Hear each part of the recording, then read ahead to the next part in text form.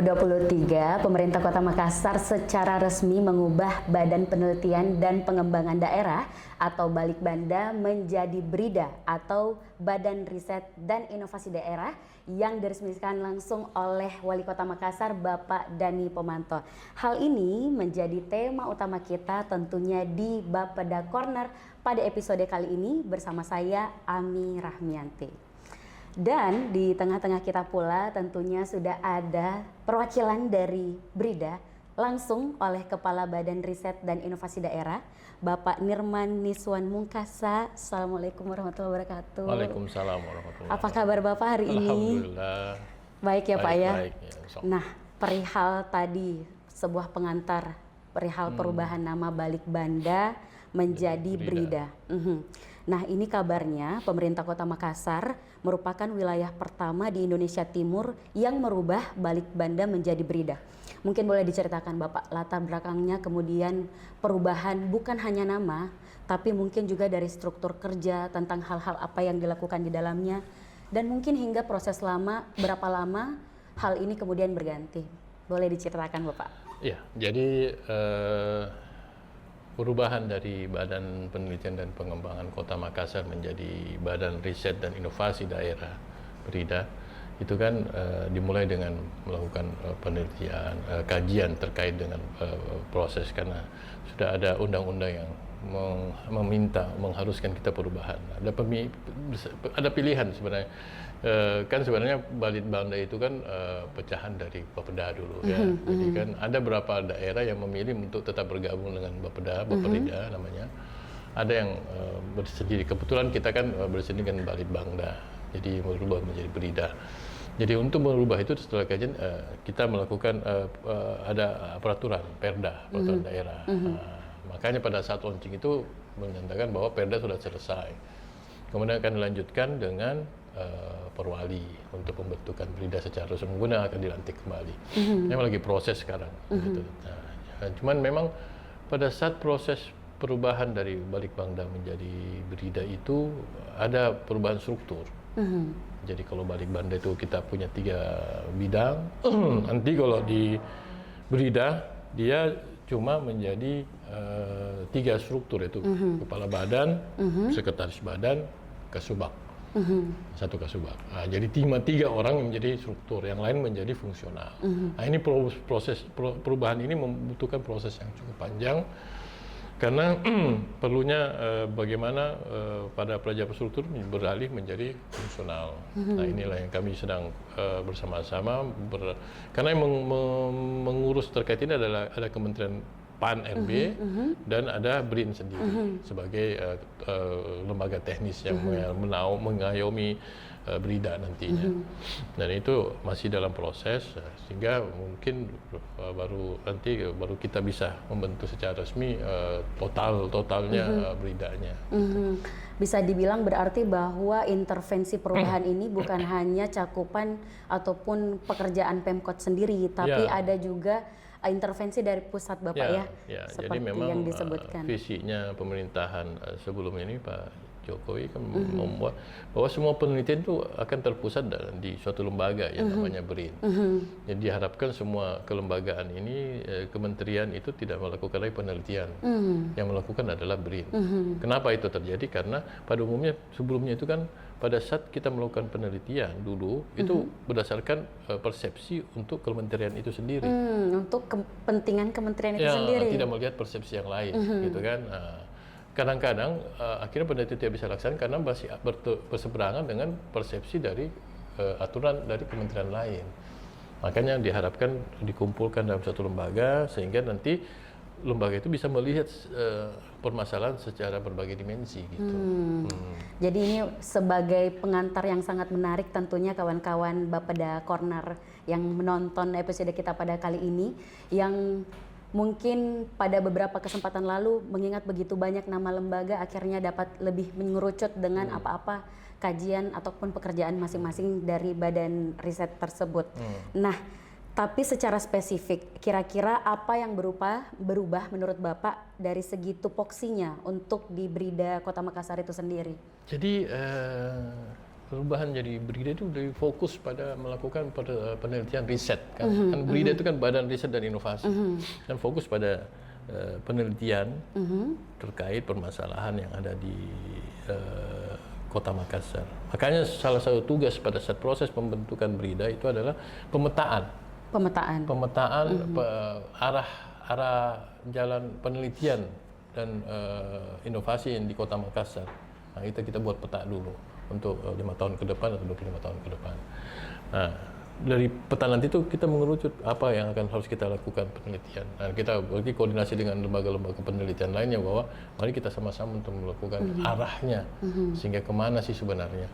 Jadi kan dikaitkan nanti dengan visi misinya wali kota yang terpilih atau gitu. Atau yang sebelumnya. Iya, atau yang sebelumnya gitu kan dilihatkan sehingga tidak ada yang penelitian yang nanti terbuang ke depan karena tidak lagi sesuai dengan gitu. Jadi searah itunya maksudnya di situ. Dan kemudian juga karena sekarang ini kan pemerintahan diharapkan dalam semua level itu menyelesaikan permasalahan dengan melakukan inovasi. Ya kan gitu. Jadi makanya untuk meningkatkan kegairahan, mendampingi SKPD dan lembaga lain untuk melakukan inovasi, maka itulah tugasnya dari Brida, gitulah, bagaimana inovasi. Karena inovasi itu kan tidak hanya langsung inovasi, bagaimana mereka melalui tahap-tahapan harusnya supaya dia bertahan. Inovasi diharapkan dia memberikan manfaat kepada sekelilingnya. Kemudian dia bisa menyelesaikan masalah yang dihadapinya gitu. Dan kemudian dia bisa bertransformasi menjadi inovasi-inovasi yang bisa meningkat terus karena sama dengan teknologi, gitu. Kalau dia akan bertahan dalam suatu tahapan, dia akan ditinggalkan. Jadi dia harus merubah terus sesuai dengan perubahan permasalahan yang ada. Jadi diharapkan sebenarnya bisa saya nanti inovasi ini kemudian dilanjutkan orang lain dengan direplikasi untuk inovasi yang lebih bagus lagi ke depannya. Jadi kita tidak mengharapkan semua orang yang berinovasi dengan ide baru, Pak. Ya, gitu. Karena kan nanti akan jenuh gitu. Kalau bisa ya inovasi yang lama kita inovasi bisa dengan tambahan-tambahan item-item sehingga bisa merubah permasalahan yang dihadapi bisa diselesaikan dengan baik. Karena inovasi itu harusnya bisa memberikan manfaat yang besar pada indikator-indikator perekonomian di suatu kota atau daerah gitu kan. Inovasi harus bisa menambah pekerjaan, inovasi harus bisa menambah pendapatan, inovasi bisa mengurangi inflasi, kalau bisa gitu seperti gitu. Jadi itu harusnya seperti sedalam itu seharusnya inovasi berdampak ya, bukan hanya tentang ide yang kemudian menjadi sebuah hal yang baru lalu dapat kiranya dukungan, lalu hal-hal tersebut viral, tapi harus impactful sampai sangat besar ya Pak ya. Ya, jadi makanya ada suatu penilaian terhadap inovasi yang telah dilakukan yang namanya IGA Award. IGA Award itu kan diharapkan tahapan. Nah, itulah pendampingan kami untuk bagaimana inovasi yang telah dilakukan teman-teman di Kota Makassar bisa masuk dalam IGA Award. Kita tandai bagaimana rancang bangunnya, bagaimana publikasi, bagaimana administrasinya itu yang kita bantu menyelesaikan sehingga masuk dalam IGA Award menjadi inovasi yang bisa diakui oleh nasional. Gitu. Ada juga dari Kemenpan RB, ada Sinovic untuk bagaimana inovasi-inovasi daerah. Jadi banyak sebenarnya punya penghargaan terhadap inovasi. Kenapa? Karena kita mengharapkan orang melakukan inovasi. Dan yang diharapkan kalau di IGA Award itu 2 tahun dari mulai pertama kali inovasi diluncurkan sampai 2 tahun baru dinilai. Oh, berarti memang adalah inovasi yang sifatnya sustainable, bukan instan, tapi terus menerus. Iya, gitu. Jadi kan kalau di dunia umum ini kan Gojek, Grab ini kan salah satu inovasi yang berkembang. Betul. Awalnya kita itu berpikir apa sih ini? Sampai Gojek. ada konflik Pak ya? Iya, ada konflik, ada orang demo, ada apa segala macam. Tapi sekarang apa? Kita nggak bisa hidup tanpa itu. Betul, dan itu pasti lahir dari sebuah ide yang teruji terus-menerus. Dan karena kebutuhan kita terpenuhi, kita akan melanjutkan itu terus-menerus. Kemudian pada saat itu kita tidak mau lanjutkan, tidak mungkin karena kita butuh. Nah, inilah yang perlu inovasi yang ada harusnya, bahwa inovasi itu menyelesaikan masalah. Karena pada saat menyelesaikan masalah, dia akan dibutuhkan. Berarti sudah sangat spesifik Bapak Nirman ini sudah menjelaskan tentang singgungan okupasinya, bahkan tentang wilayah kerjanya dan berkaitan dengan siapa. Itu kan ada baru dua itu kan, penelitian dan kajian. Penelitian dan inovasi kan. Nah, nanti ada kajian terkait dengan kebijakan. Ada lagi tentang kebijakan. Ya, jadi setiap perencanaan kebijakan yang baru harus ada kajian dari BRIN sebenarnya, BRIDA, bahwa apakah dia bisa dilakukan, apakah memang dibutuhkan. Begitu, atau itu harusnya. Ternyata bukan hal baru lagi dan dicukupkan saja. Ya gitu seperti harusnya seperti itu, harus ada kajian gitu, seperti itu. Nah, itu berarti sudah menunjukkan tentang secara jelas BRIDA itu sendiri seperti apa. Nah, karena ada kata riset dan inovasi daerah dan sebelumnya memang adalah adaptasi dari Balitbanda, yang ada kata data juga di dalamnya tentang penelitian-penelitian tertentu. Nah, secara garis besar menurut Bapak, BRIDA ini apakah sudah menjadi ladang data untuk pemerintah Kota Makassar? Ini kita sudah spesifik berbicara untuk kontribusinya kepada pemerintah Kota Makassar, dan menurut Bapak sendiri apakah proses pengolahan data di lingkup Pemkot Kota Makassar sendiri sudah efektifkah? Menurut Bapak Nirman bagaimana? Data itu kan banyak terkumpul. Kami punya data kan dari terkait penelitian dan inovasi, ada data-data. Tapi sebenarnya juga di Pemko itu ada juga data di dunia dinas kearsipan. Mereka punya tersendiri juga. Kearsipan sebenarnya. Kearsipan. Ya kan dia kumpulkan di situ juga. Nah, cuman terkait dengan data penelitian yang telah kami lakukan, sebenarnya data ini yang penting adalah memang dibutuhkan orang, ya kan.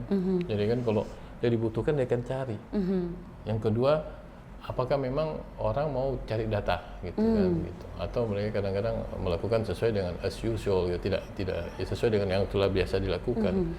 Sedangkan kalau kita membutuhkan data, itu adalah bagaimana kita merencanakan ke depan, gitu ya, gitu kan. Kalau kita melakukan yang sudah biasa dilakukan, kita tidak butuh data. Harusnya sebenarnya teman-teman yang SKPD itu butuh data untuk melakukan perubahan ke depan, ya kan gitu. Kan kita tiap refleksi kita ada data-data survei terkait, ada indeks ke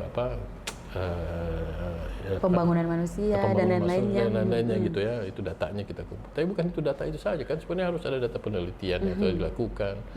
Makanya sekarang pentingnya BRIDA nanti mengkoneksikan antara penelitian yang sudah kita lakukan dengan SKPD, sehingga data ini bisa mereka pakai untuk dalam perencanaan pembangunannya selanjutnya ke depan.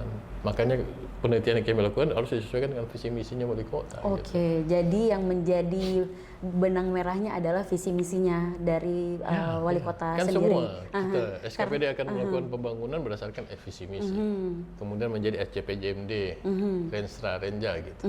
Gitu. Oke, jadi ini tentunya sangat menarik perihal garis besar dan kontribusinya BRIDA sendiri tentang kebijakan-kebijakan ataupun pengolahan data untuk Kota Makassar sendiri atau pemerintah Kota Makassar. Nah, BRIDA ini sendiri kan tentunya kita sepakat merupakan salah satu leading sektor dalam pengambilan kebijakan di Kota Makassar atau pemerintah Kota Makassar.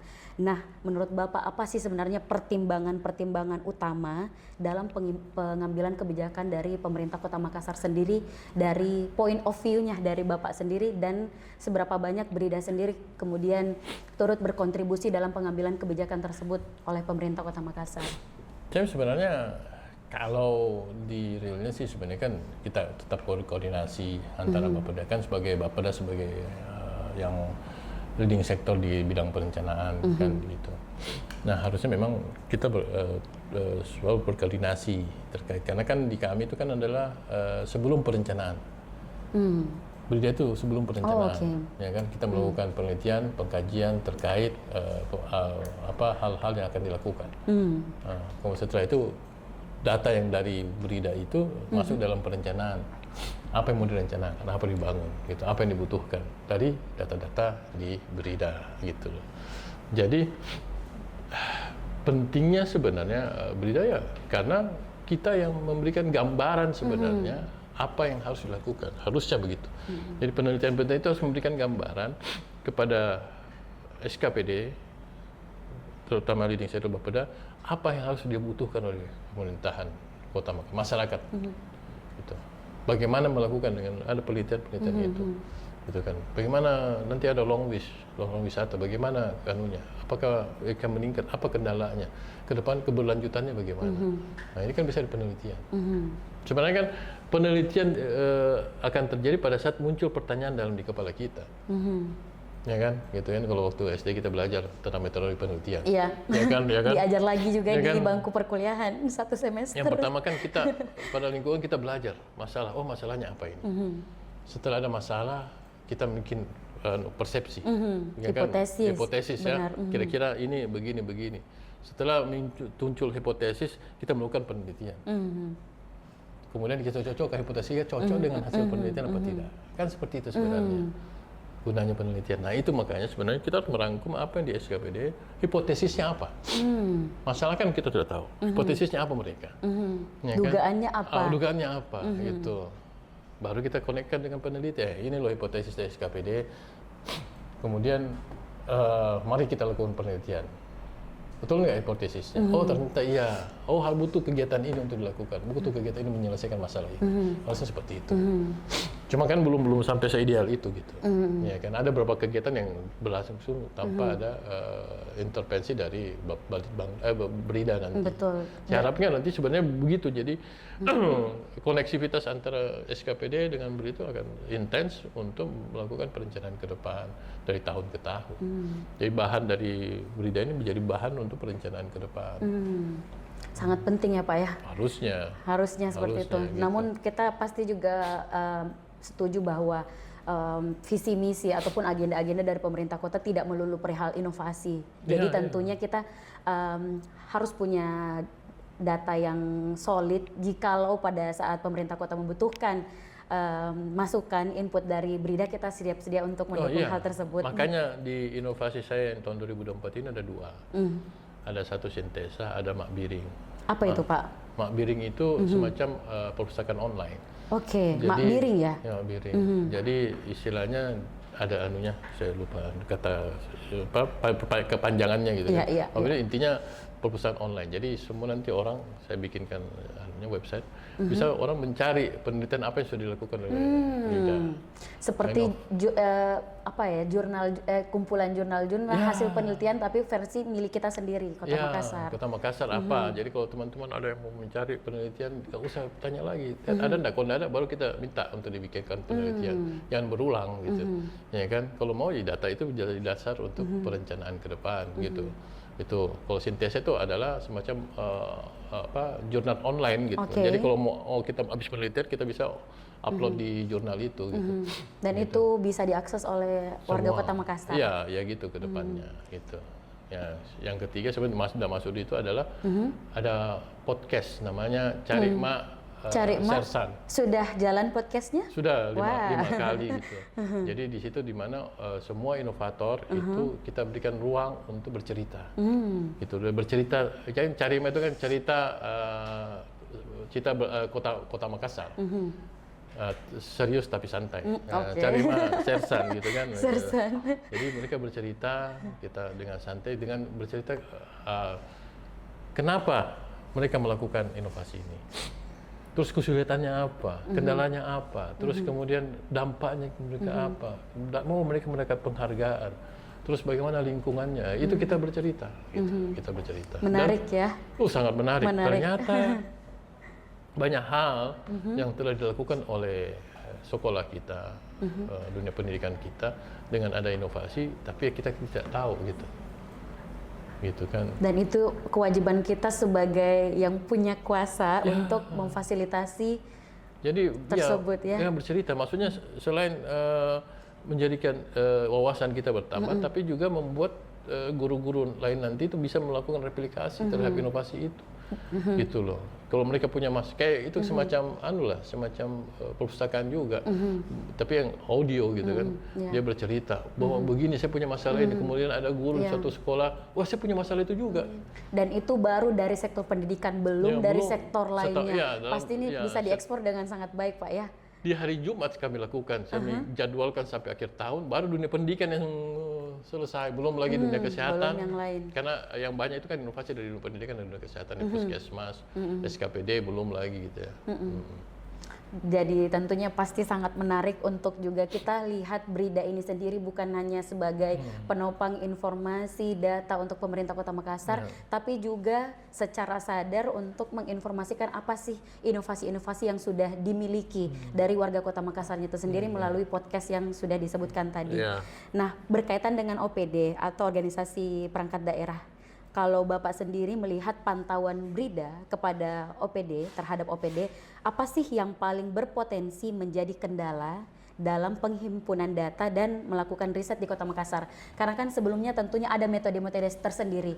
Terkait tadi sudah disebutkan ada beberapa SMP di Kota Makassar, ataupun beberapa OPD-OPD lainnya. Adakah kendala yang kemudian hadir untuk menemukan potensi-potensi inovasi-inovasi baru sejauh ini, Bapak? Kalau penelitian sih kita tidak ada kendala sih ya, data selama data itu ada, teman-teman SKPD akan memberikan gitu. Yang masalahnya kadang-kadang data kita tidak terkumpul dengan baik, itu saja sebenarnya ya, gitu, datanya tidak tersedia gitu. Yang kedua kalau inovasi, banyak kan SKPD itu susah untuk melakukan inovasinya konsisten gitu. Ya kan gitu, karena kesibukan mereka dengan kegiatannya. Betul. Gitu ya kan gitu. Dan yang itu kadang-kadang inovasinya tidak dikaitkan dengan penganggaran atau kegiatan rutin mereka, sehingga itu sangat mudah ditinggalkan gitu. Ya kan, jadi pada saat kita kan selalu kami mendampingi, meminta mereka datang untuk menyampaikan kadang-kadang mereka tidak datang. Mungkin itu karena kesibukan mereka itu. Gitu. Kalau dunia pendidikan mereka ada sertifikat atau apa gitu. Puskesmas juga ada, kota sehat. Nah, cuman kalau SKP itu rada susah. Berapa kali kami mengingatkan untuk update kegiatan keinovasi, kadang-kadang susah. Karena itu kesibukan mereka banyak sekali untuk melayani masyarakat. Akhirnya untuk istilahnya mungkin inovasi mereka sudah lakukan, tapi kan untuk mendapat penghargaan itu sekarang kan butuh tahapan. Gitu. Nah, itu yang kadang-kadang tahapannya tidak dilakukan. Gitu. Karena tentunya mereka punya standar tersendiri juga, jadi memang jikalau ingin dilakukan ini harus memang dapat perhatian secara penuh. Nah, kita ini mungkin akan beralih perihal data, lalu kemudian perihal cakupan dari Brida itu sendiri ke tema Rakorsus yang tentunya juga sudah di-announce atau diumumkan, yaitu perihal low carbon, low carbon city. Nah, Brida ini sendiri mendukung program low carbon city ini seperti apa, Bapak? Ya, kan seperti saya sampaikan tadi, kita itu kan media untuk melakukan penelitian. Jadi pada saat untuk mendukung low carbon tinggal kita lakukan penelitian yang melakukan dan itu sudah dilakukan. Sudah pernah tahun 2002. Itu ada terkait bagaimana limbah itu sampelnya menjadi paving gitu, pemadatan gitu. Konkretnya selain itu apakah ada lagi jenis-jenis inovasi atau penelitian untuk mendukung low carbon city? Dan low carbon itu kan sebenarnya kemana ya low carbon? Saya juga, kita panjang lagi, tidak apa-apa. Jadi low carbon itu kan saya kan kebetulan dari berkaitan dengan lingkungan ya. Iya. Low carbon itu kan banyak hal, efisiensi energi kan ya, gini, lampu, betul, cahaya, gitu. Kendaraan. Kemudian pemanfaatan bahan bakar yang lebih efisien, efektif itu juga low carbon. Yang kemudian pemeliharaan kendaraan juga itu low carbon. Karena pada saat kita memelihara dia lebih irit, lebih boros, betul. Gitu, ya. Kemudian juga terkait pemanfaatan limbah-limbah. Dan itu tadi adalah pemanfaatan limbah-limbah. Iya, gitu. Kemudian pengelolaan limbah, gitu. Ini kan kalau kita penelitian, kemudian kayak kita melakukan penelitian terkait pengolahan limbah, penelitian terkait dengan pemanfaatan kotoran hewan gitu, itu juga low carbon. Itu bukan low carbon, itu bukan hanya bagaimana menghasilkan energi tidak, tapi bagaimana sebenarnya kegiatan penghasil karbon dioksida, karbon monoksida itu tidak ada. Itu sebenarnya low carbon itu isinya, gitu kan? Kalau istilahnya limbah itu kalau tidak diolah itu dia menghasilkan karbon, gitu. Ya, karena itu pembakaran yang tidak efektif, tidak sempurna, dia menghasilkan karbon. Nah, tapi untuk menguranginya, dia lepas ke atas karbon itu, dibutuhkan apa? Penanaman pohon juga, gitu.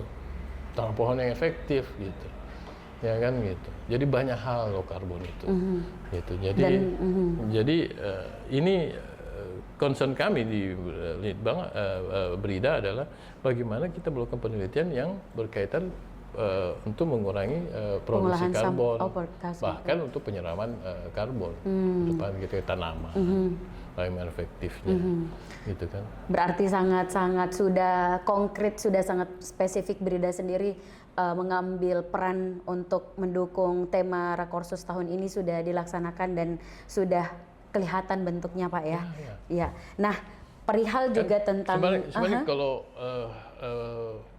low carbon juga mengubah perilaku manusia pun itu menjadikan kebijakan bentuk edukasi sebenarnya juga bisa di. Iya kan, pada saat kita tidak membuang sampah sembarangan pada tempat atau memanfaatkan sampah dengan perilaku menggunakan masyarakat, transportasi umum. Iya, itu kan perilaku sosial membuat masyarakat bisa mengurangi produksi karbon ke udara. Gitu. Dan itu bentuk kontribusi yang sebenarnya juga tidak melulu harus ada actionnya, tapi kesadaran ke masyarakatnya juga sebenarnya adalah sebuah kontribusi yang sangat aktif ya. Kan justru pembelajaran terhadap perilaku manusia itu sangat penting.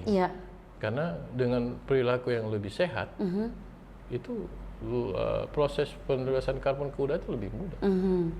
Karena pengolahan sampah itu kan tergantung perilaku manusia.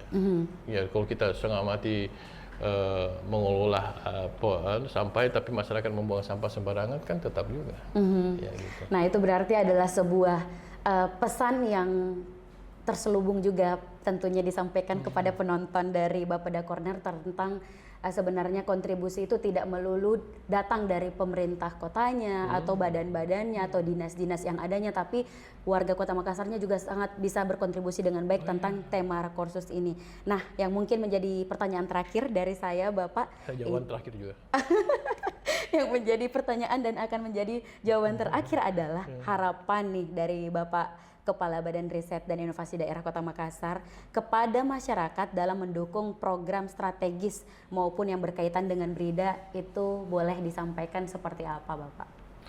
Ya, jadi sebenarnya kalau kan pelayanan kami itu kan kepada para peneliti di Kota Makassar. Gitu. Kalau para peneliti di Kota Makassar, kalau memang keinginan kami bantu untuk melakukan penelitian, silahkan datang ke kantor kami. Langsung datang ke kantor. Ya, nanti kita lihat gitu loh, apakah kegiatan itu sesuai dengan visi misi.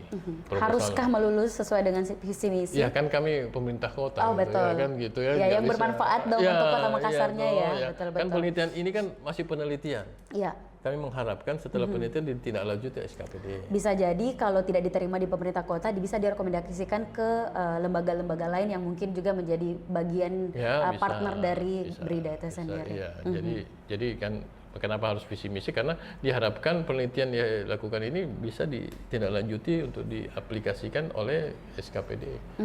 Gitu, bukan hanya jadi tumpukan buku gitu. Ya. Berarti mungkin yang lebih spesifiknya adalah semoga kiranya warga Kota Makassar yang mencintai kotanya dan kira-kira mempunyai inovasi ataupun penelitian yang berkaitan dengan isu-isu yang juga digadang-gadang oleh pemerintah Kota Makassar dan tidak mempunyai wadah, boleh langsung datang ke kantor Brida Kota Makassar. Sebenarnya kami juga mewadahi inovasi yang dilakukan oleh warga gitu. Kan tidak semata-mata inovasi itu dilakukan hanya oleh pemerintah kota, ASN maupun non ASN, tapi masyarakat juga inovasi. Pada saat ada masalah, masyarakat bisa melakukan inovasi yang bermanfaat, yang bisa sebenarnya kalau dilaporkan ke kami, kita bisa replikasikan ke warga lain, menyampaikan ke pejabat, ke camat, lurah bahwa bayangkan kalau banyak menumpuk di inovator yang awal ini gitu. Itu mungkin bisa disebut juga kalau sebuah inovasi yang berkelanjutan, namanya jadi amal jariyah karena bermanfaat untuk Kota ini Makassar. Iya kan, kalau Allah bilang manusia diciptakan hanya untuk beribadah kepada Allah gitu. Makanya semua yang kita lakuin harus beribadah, tergantung niatnya saja. Betul. Luar biasa sekali ya. Jadi tentang membahas Brida sendiri, kita mengakar lagi tentang bagaimana kebermanfaat kita sebagai warga Kota Makassar ke kotanya sendiri, bahkan lebih luas lagi. Itu mungkin menjadi sebuah penutup yang sangat luar biasa di perbincangan kita di Bapeda Corner pada kesempatan kali ini. Terima kasih banyak Bapak untuk waktu yang telah diluangkan. Untuk kawan-kawan yang tentunya telah menyaksikan episode Bapeda Corner pada kesempatan kali ini, terima kasih sudah menonton episode kali ini, dan nantikan episode lainnya di Bapeda Corner dengan tema-tema yang menarik lainnya. Saya Amirah Mianti, sampai jumpa lagi.